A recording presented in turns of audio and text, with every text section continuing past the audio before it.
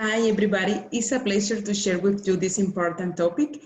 Well, I know that we are going to learn together about discipline, something that we have to know how to instruction our children in our church. Well, I'm going to share my screen.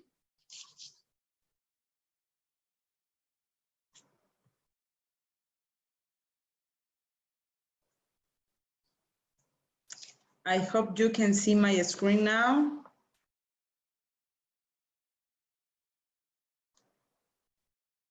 And we are going to start. Okay, discipline as a positive approach using the right method can have lasting result. That is something that is important to know, that lasting result. Well, to whom the children belong? Most people will respond to their parents, maybe, and insist the parents are responsible for the educating and providing for their children. In Seventh-day Adventist circles, most parents dedicate their children to God at an early age. We know that, we do that. This suggests that our children belong to the Lord and that we can look to Him through His Word and the writing of Ellen White for guidance and instructions and in raising them. After all, did Jesus say? Math 19:14 said, "Let the little children come to me and do not hinder them."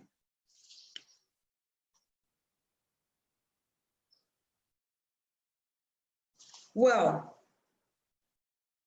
when it comes to raising children, a word that can evoke both emotion and controversial is discipline.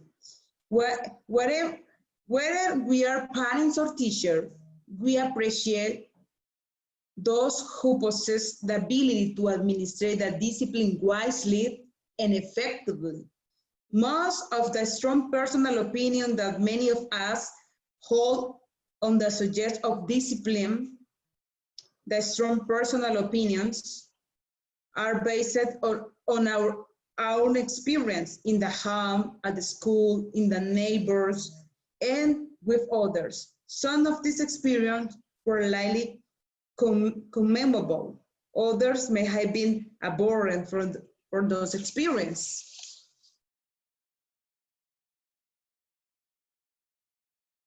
Give me a minute. I'm going to do something here on my screen.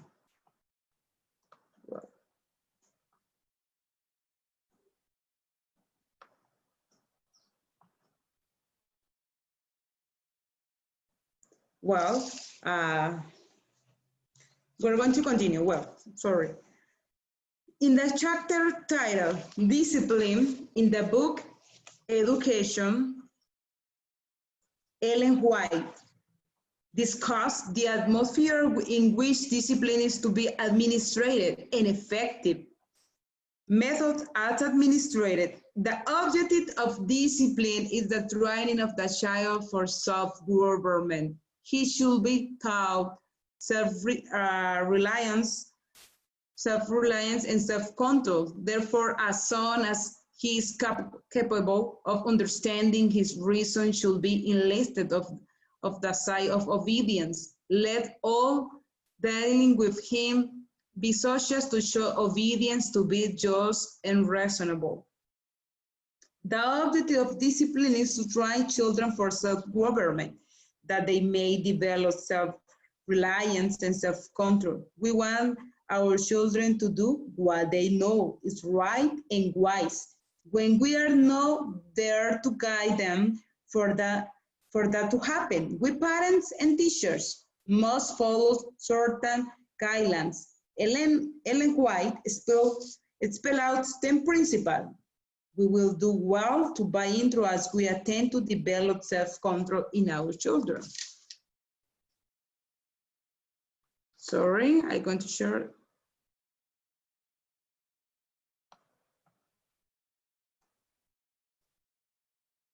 Here we have 10 principles we should do into us attempt to develop self-control in our children.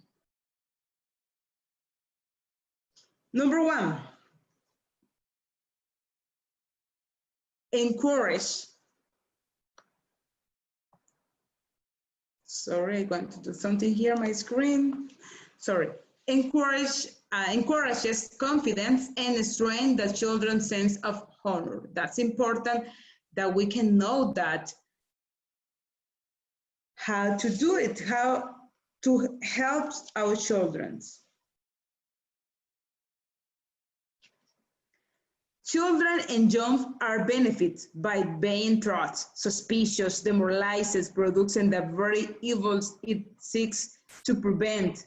Let the young to feel that they are trust, and there are few who will not seek to provide themselves worthy of the trust. Now we have number 2, request rather than command.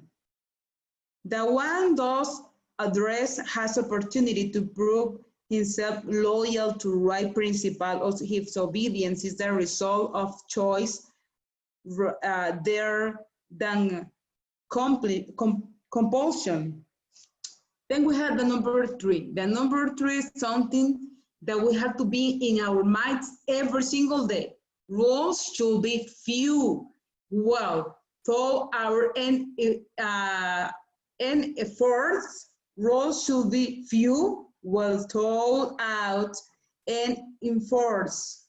Whatever is found impossible to change, the mind learns to recognize and adapt himself to, but the possibility of indulgences, desire, hope, and uncertainty, and the result are restlessness, irritability, and unsubordination. And then we have the number 4. Do not compromise with evil. Neither in the home nor in the school should disobedience be tolerated. It is not love, but a sentimentalism that partners with wrongdoing seeks by coaxing or bribes to secure complacency. And finally, accepts some subtitles in place of sin required. Number 5, do not try sin lightly. Terrible is sin's power over the wonder dog. The greatest wrong done to a child or young is to allow him to become fastened in the bondage of evil habit. And number 6, guard against fault finding and censure. Continual censure bewilder, but a dozen reform. With many minds, some often those of the finest susceptibility and atmospheres of unsympathetic criticism is fatal to effort. Number 7, frequent censure results in discouragement. A child frequently censure for some special fault comes to regard the fault of his peculiarity, something against which is being to strip. Thus are created discouragement and hopelessness, often concealed under an appearance of indifference of bravery.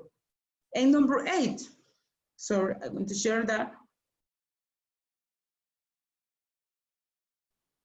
I don't know if I can move. Okay, yes, now. And number 8, remember the saber rule. Do to others as you would want to them to do to you. That's something really interesting.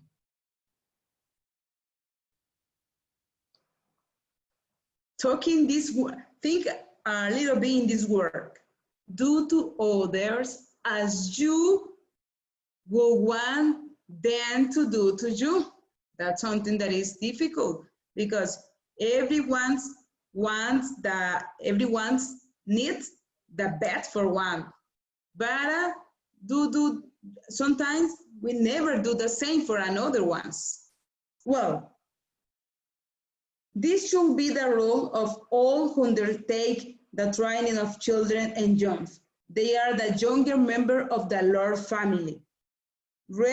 Heirs with us to grace of life, Christ's rules should be secretly observed through the dialogues, the youngest, the most blundering, and even through erring and rebellious. And number 9, do not make public the children's faults and mistakes. Remember that. I'm going to read again. Do not make public the children's faults and mistakes. Everybody make mistakes. I make mistake every single day. You make mistake maybe every single day too. But children make mistakes. You don't have to, everybody doesn't have to know the mistake that children make. The teacher or parent should seek to avoid giving reproof or punishment in the presence of others. Remember that. And number 10, learn self-control before attempting to teach it to others. To deal passionately with child of young will only arouse his resentment. When parents or teacher becomes impassioned and it is danger for speaking unwisely, let him remain silent. There is wonderful power in silence. This is an interesting word, and a word that we know there is powerful in silence. We know there is wonderful power in silence. Sometimes we have to be quiet. Don't say anything, just observe.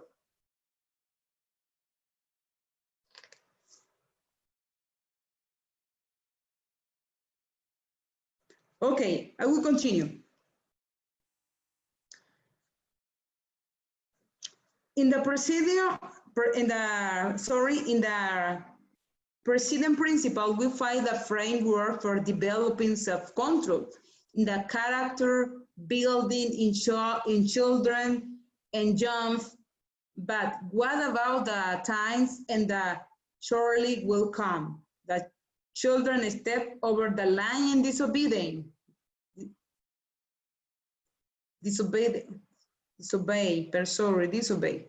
Too many methods of discipline, such as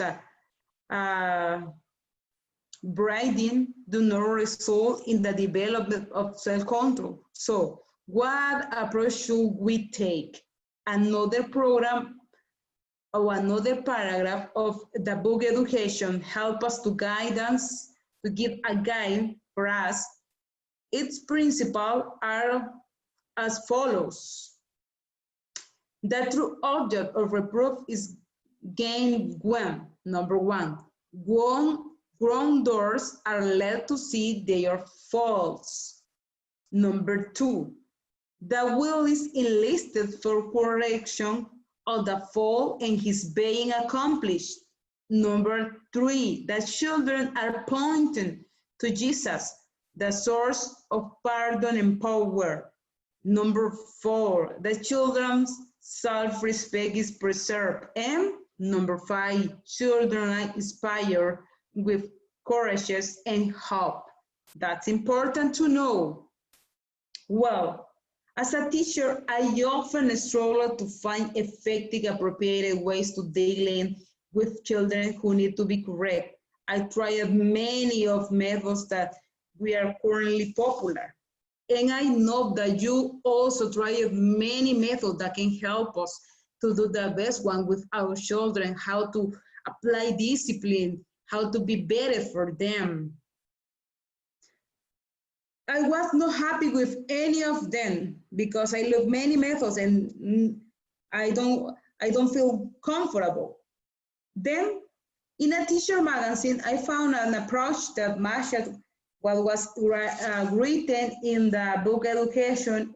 It was proposed by American psychiatrist William Glaser. I don't know if you know who is William Glaser. And I found that it worked in my classroom.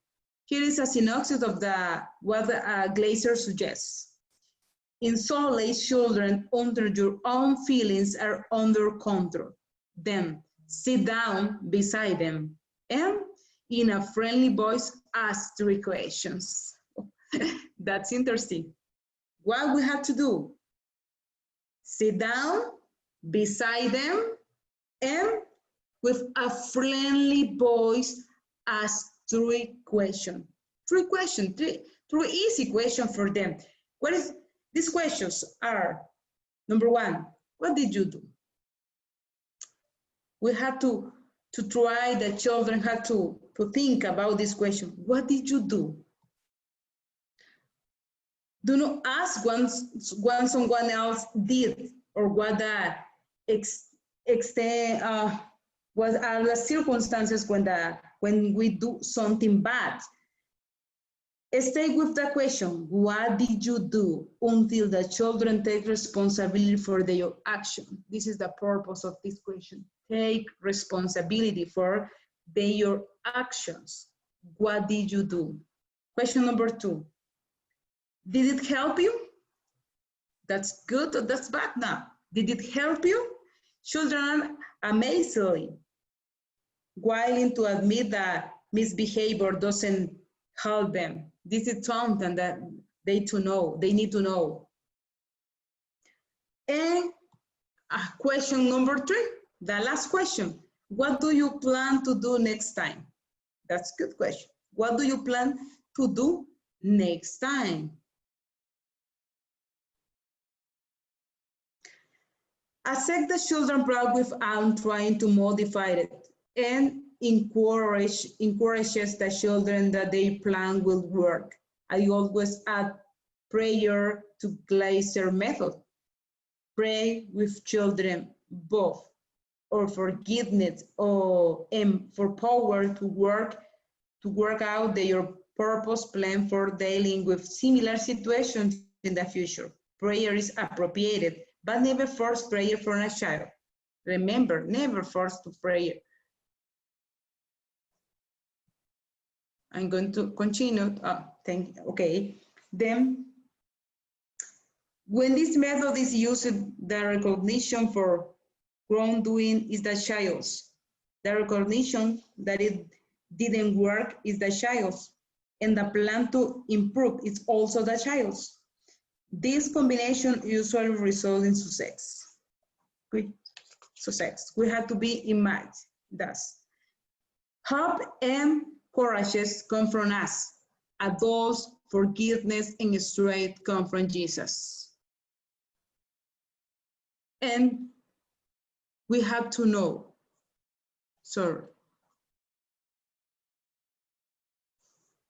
Adults make mistakes. Something we even plan wrong behavior. How does God deal with us? I made mistake.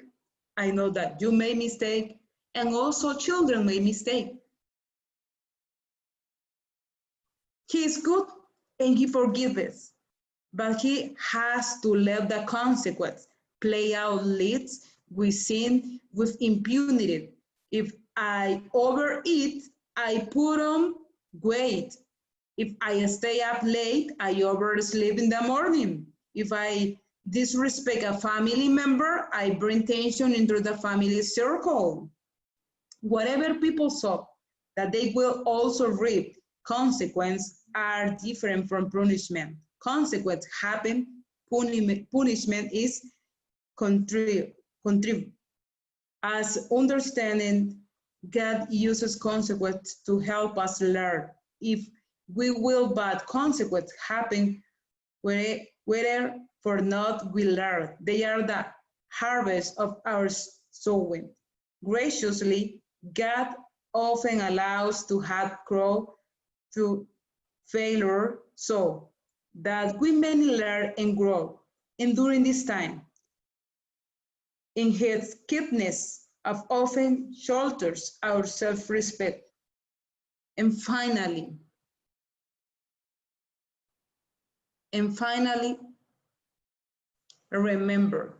remembering how God built with us, give us a model in dealing with our children.